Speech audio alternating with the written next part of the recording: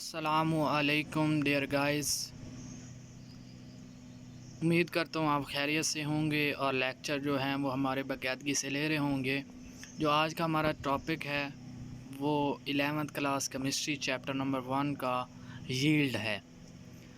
Yield को आज हम डिस्कस करेंगे with numerical problem and with example, और इसमें हम सीखेंगे, हमें ये पता चलेगा कि यील्ड क्या होती है, और यील्ड के बाद जो न्यूमेरिकल प्रॉब्लम हैं यील्ड के वो भी हम डिस्कस करेंगे। तो अगर आपने हमारे चैनल को सब्सक्राइब नहीं किया तो सब्सक्राइब करें और बेल आइकॉन का बटन दबाएं ताकि हमारी जो नई वीडियोस हैं उनका नोटिफिकेशन आप तक पहुंचता रहे। तो आज का जो हमारा टॉपिक है यील्ड, उसको हम डिस्कस करते हैं। तो सबसे पहले हम जानते हैं yield of reaction. It's known as product of the reaction.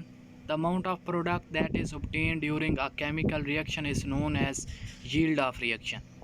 For example, SO2 plus O2 SO3 balance करने के लिए हम 2 इसके साथ पुट करते हैं, यानी जो हमारा प्रोडक्ट है सल्फ़र ट्राईऑक्साइड, सल्फ़ेट भी उसको बोलते हैं, 2 मोल ऑफ सल्फ़ेट है। तो 1 मोल में सल्फ़र का 32 ग्राम और ऑक्सीजन का 48 ग्राम, यानी 16 मल्टीप्लाई बाई 3 18 प्लस 2 160 और 2 प्लस Na, यानी Avogadro number 2 multiply bye 22.414 decimetre cube इसका वॉल्यूम।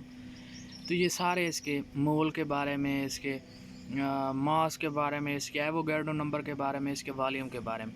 थ्योरेटिकल यील्ड क्या होती है? Theoretical yield the yield which is based on theory, not on experiment or not any experience.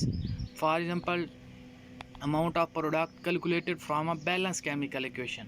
ये जो हमने बैलेंस केमिकल इक्वेशन से जो अमाउंट कैलकुलेट की है प्रोडक्ट की, उसको थ्योरेटिकल यील्ड कहते हैं। For example 2 mole plus 1 mole is equal to 2 mole of sulphur trioxide, 2 Na plus Na, 2 multiply by Na, 2 multiply by 22.4 decimetre cube plus 22.4 decimetre cube is 2 multiply by 22.4 decimetre cube, यानी ये इसके Avogadro number, मोल, इसके volume के बारे में बता रहा है। Actual yield it is known as experimentally yield.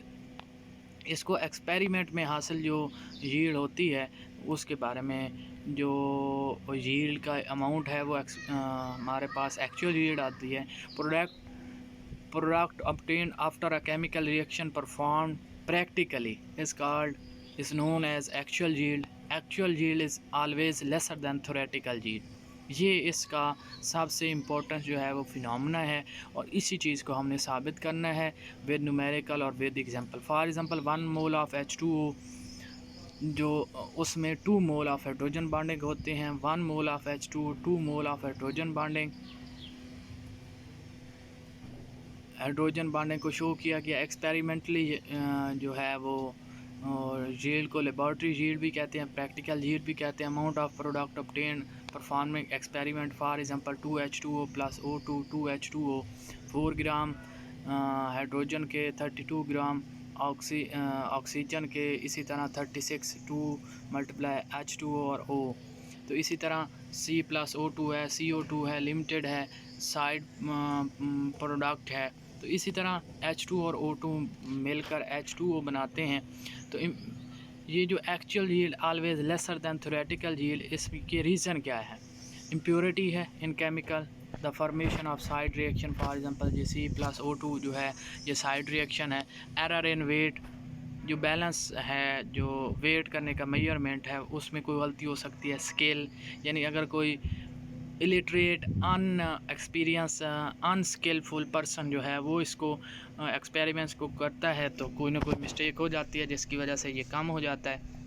Reaction condition, for example जो टेम्परेचर है, प्रेशर है, उसमें चेंज हो जाती है, मैकेनिकल लॉस हो जाता है, कोई गैस, कोई जो केमिकल है वो लॉस हो जाता है ड्यू टू टेम्परेचर और due to their vaporisation. So accidental error हो सकता है, एक्सपेरिमेंटल एरर हो सकता है, रिवर्सिबिलिटी, रिएक्शन रिवर्स भी हो सकते हैं। तो एक्सपेरिमेंटल एरर की वजह से जो एक्चुअल यील्ड है वो always less than theoretical yield. The maximum obtainable yield is theoretical yield. Efficiency of a chemical reaction is always measured in percentage yield. जो एफिशिएंसी है कि ये यानी एफिशिएंसी कितनी है तो उसकी परसेंटेज जो है वो actual yield divided by theoretical yield multiply by 100।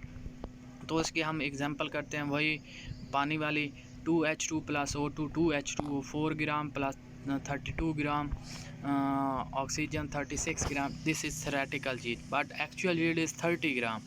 So theoretical yield actual yield 36 30। सो इन 100 ग्राम और ये एक्स की कीमत हमने मालूम करनी है तो हम क्या करेंगे, x is equal 30 divided by 36 multiply by 100 actual yield divided by theoretical yield multiply by 100। जो यील्ड है गिव्स द एफिशिएंसी, जो परसेंटेज यील्ड है gives the efficiency of a chemical reaction. Theoretical yield actual yield, अगर theoretical yield की कीमत निकालनी है तो यहीं पे जो है वो थ्योरेटिकल यील्ड जो है वो डिवाइड हो रहा है, इधर मल्टीप्लाई और एक्स इधर आ जाएगा मल्टीप्लाई बाय 100। ये देखें एक्स मींस परसेंटेज यील्ड। इसी तरह एक्चुअल यील्ड की भी कीमत निकाल सकते हैं, यानी अगर आपके पास 3 क्वांटिटीज़ हैं, 3 में से 2 दी गई हैं तो तीसरी निकाल सकते हैं। और अगर परसेंटेज निकालनी है तो उसका वही formula actual yield divided by theoretical yield multiply by 100। For example theoretical yield जो है वो 40 ग्राम है, परसेंटेज यील्ड जो है वो 60% है, तो एक्चुअल यील्ड निकालें। तो actual yield is equal to 40 divided by 100 multiply by 60%, तो आंसर निकालेंगे। इसी तरह जो एग्जांपल हमने की थी 2H2O प्लस O2 2H2O 4 ग्राम, यानी हाइड्रोजन का जो होता है वो 1 ग्राम होता है, 2 हाइड्रोजन है 2 और मल्टीप्लाई बाय 2 4 ग्राम। ऑक्सीजन जो है वो 16 होता है, O2 है तो 32 ग्राम 36 थ्योरेटिकल यील्ड है। बट 0.4 ग्राम प्लस 3.2 ग्राम, ये 3.6 ग्राम जो है ये थ्योरेटिकल यील्ड है। अगर हम इसको इन इसके ग्राम में ले आएँ तो 2 gram plus 16 gram 18 gram, 1 gram plus 18 gram 9 gram, 0.5 plus 4 gram 4.45 gram, ये थ्योरेटिकल यील्ड है।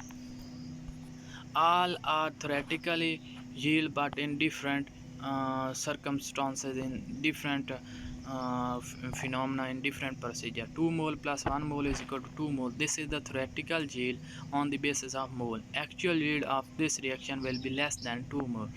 तो ये जो हमारा आज का टॉपिक था वो यही था कि यील्ड क्या होती है और क्यों यील्ड हमेशा जो है वो लेस होती है एक्चुअल यील्ड थ्योरेटिकल यील्ड की। तो रीज़न यही है कि क्योंकि कुछ एरर आ जाती हैं, जैसे कि मैकेनिकल एरर है और उसके बाद स्केल्स है, एक्सीडेंटल एरर है, साइड रिएक्शन है। तो इसकी वजह से ये जो एक्चुअल यील्ड है वो ये लेस दैन थ्योरेटिकल यील्ड हो जाती है।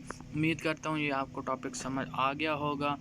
मज़ीद हमारी वीडियोस देखने के लिए इस चैनल को सब्सक्राइब करें और इस वीडियो को शेयर भी करें। और अगर आपको कोई भी क्वेश्चन है तो वो कमेंट में आप बखूबी पूछ सकते हैं विद नो हेजिटेशन। सो आज का जो टॉपिक है यहीं पे इख्तिताम पज़ीर होता है। उम्मीद करता हूँ आपको ये टॉपिक ईज़िली अंडरस्टैंड हो जाएगा, कंसेप्चुअल बेस पे है। और अल्लाह ताला आप लोगों को हामी नासिर।